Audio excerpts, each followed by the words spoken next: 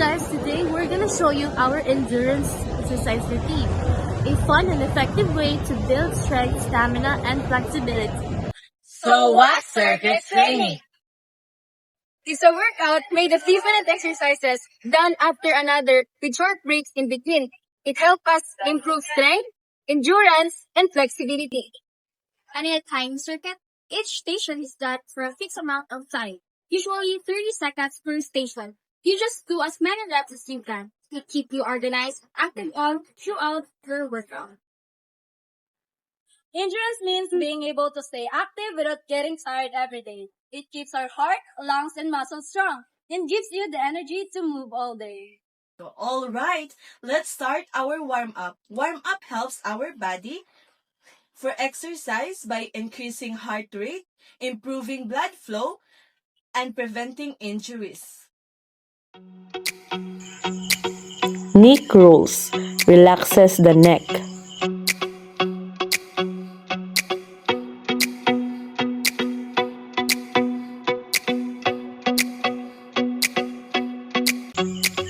Cross arm stretches your shoulders.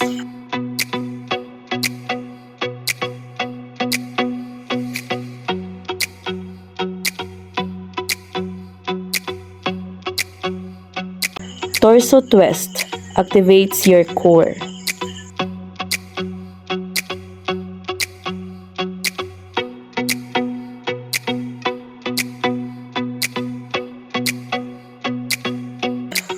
Alternating lunge, warm up the legs.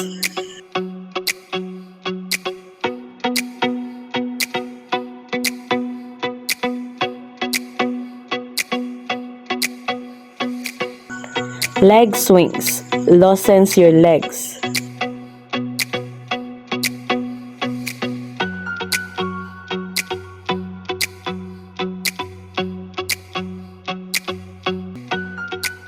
Now that we're warmed up, let's move on to our circuit training workout. Each station will last for 20 seconds. Ready? Let's go! First, we've got jumping jacks, a full body move that strengthens your heart.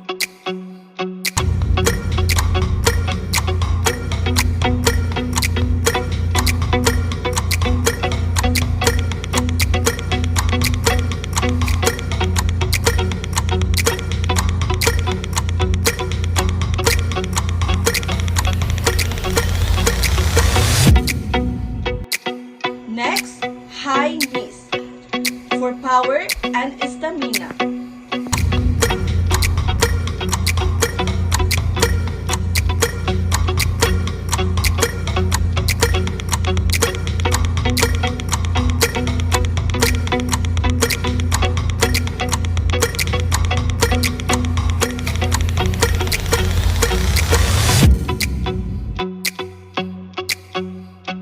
Then, mountain climbers. Great for your core and shoulders.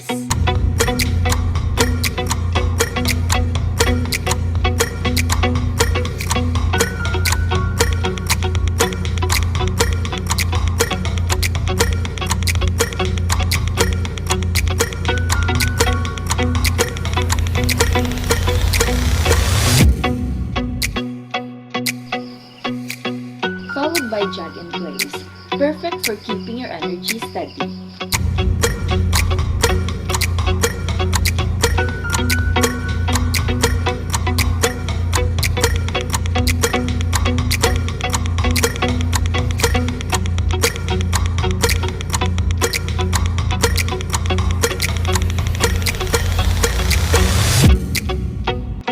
Next is jump rope.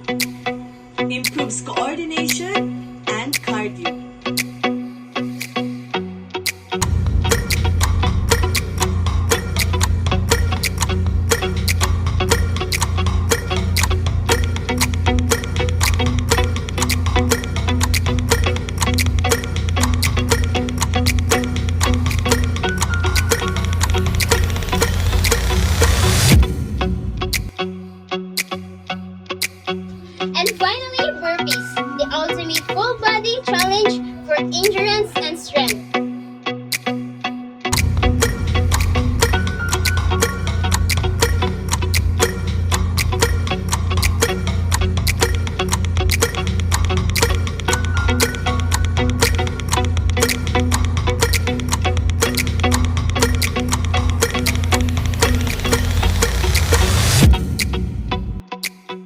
let's cool down to help your muscle recover and relax. Cooling down helps lower your heart rate and prevent stiffness.